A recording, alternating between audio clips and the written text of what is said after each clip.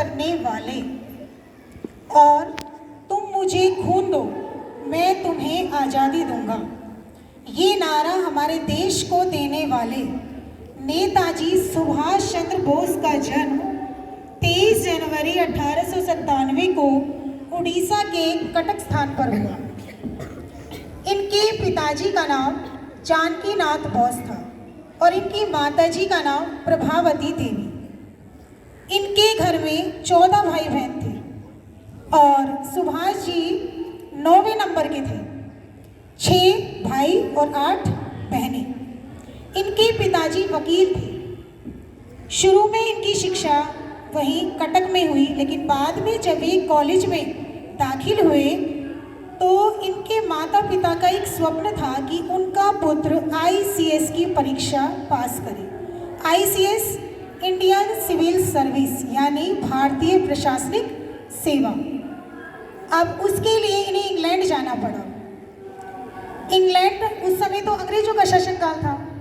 एक भारतीय के लिए इतनी बड़ी परीक्षा को पास करना इंग्लैंड जाकर तो बहुत बड़ी बात थी, लेकिन इन्होंने परीक्षा दी और परीक्षा में 4था नंबर स्थान प्राप्त किया। कुछ समय पश्चात 2 साल की ट्रेनिंग शुरू हुई। ICS की परीक्षा के बाद 2 साल की ट्रेनिंग होती है। ट्रेनिंग के दौरान जो अंग्रेजी अफसर इनकी देखरेख करता था उसने एक लाइन दी और वो लाइन तो इनको दी थी अंग्रेजी में, उसको ट्रांसलेट करना था बंगाली भाषा में। और लाइन थी कि भारतीय जनता आम तौर पर बेईमान होती है। टेस्ट का पेपर दे दिया कि आप इसको ट्रांसलेट कीजिए बंगाली भाषा में। तो जब सुभाष ने उस लाइन को पढ़ा उसके तो रोंगटे खड़े हो गए कि ये क्या बात है, हम ऐसे लोग हैं क्या जो हम बेईमान करते हैं। तो उन्होंने अपने अंग्रेजी अफसर से ही पूछा कि श्रीमान जी ये आपने कौन सा वाक्य लिख कर दिया है हमें। उन्होंने कहा कि मैं जानता हूँ तुम एक देशभक्त बच्चे हो, लेकिन इस लाइन को तो तुम्हें ट्रांसलेट करना ही पड़ेगा वरना तुम्हारी ट्रेनिंग कंप्लीट नहीं मानी जाएगी। तो सुभाष ने कहा कि मुझे ऐसी नौकरी नहीं चाहिए कि मैं अपने देश के मुंह पर कालिक पोत दूं और फिर मैं नौकरी प्राप्त कर लूं। वे उसी समय उस परीक्षा को बीच में छोड़कर ही चले गए।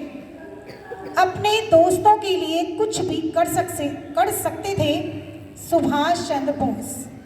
इनका एक दोस्त था जो हॉस्टल में रहा करता था और उसके साथ और भी बच्चे रहा करते थे। उसको चेचक हो गया।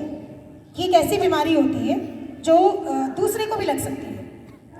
तो जब सुभाष को ये पता चला कि मेरा दोस्त चेचक नामक बीमारी से ग्रसित हो गया है तो वे हॉस्टल गए और अपने दोस्त को इन्होंने उसका इलाज शुरू करवा दिया। रोजाना जाते और उसको देखने के लिए उसकी देखरेख भी करते। इनके पिताजी ने कहा कि बेटा तुम अपने दोस्त की सेवा तो कर रहे हो, बहुत अच्छी बात है, लेकिन ऐसा नहीं हो कि ये बीमारी तुम्हें लग जाए। तो सुभाष ने कहा कि पिताजी मैं जानता हूँ ये छुआछूत की बीमारी है और मुझे भी लग सकती है, लेकिन इस बीमारी मुझे लग जाए ऐसा सोचकर यदि मैं अपने दोस्त की सेवा ना करूं ये नहीं हो सकता, क्योंकि बीमारी और मुसीबत इसी में ही सच्चे दोस्त की पहचान होती है। पिताजी बहुत खुश हुए कि मेरा बेटा इतना अच्छा है और मुझे गर्व है कि आज ये इस बीमारी में भी अपने दोस्त को नहीं छोड़ रहा है। एक बार जब इन्हें ये पता चला, जब ये भारत लौट कर आए तो भारत लौट कर आने के बाद ये कांग्रेस के सानिध्य में आए। उस समय हमारे जो राष्ट्रपिता हैं वे उनके विचार तो आप सभी जानते हैं कि अहिंसावादी थे। तो सुभाष जी बड़े जोशीले विचारों के थे। उन्हें तो ये पता था कि महात्मा गांधी जी ही हैं जिनके विचारों को अपनाकर हम अपने देश को आज़ादी दिलवा सकते हैं। और सबसे पहले महात्मा गांधी को राष्ट्रपिता कहने वाले नेताजी सुभाष चंद्र बोस ही थे। 18 अगस्त 1945 को टोक्यो जाते समय ताइवान पर एक हवाई दुर्घटना हुई और इनकी मृत्यु हो गई। इनका शव आज तक नहीं मिला, लेकिन जो इनका मृत्यु का कारण है वह आज भी विवाद बना हुआ है। इतिहास में एक नाम गूंजता है, वह है सुभाष चंद्र बोस। शेर के समान ही दहाड़ है, वह है सुभाष चंद्र बोस। अपनी छोटी सी आयु में ही देश पर मर मिटने वाले थे सुभाष चंद्र बोस। आज भी हमारे रोंगटे खड़े कर दे ऐसे विचारों के धनी थे सुभाष चंद्र बोस। सुभाष चंद्र बोस। इसी के साथ जय हिंद, धन्यवाद।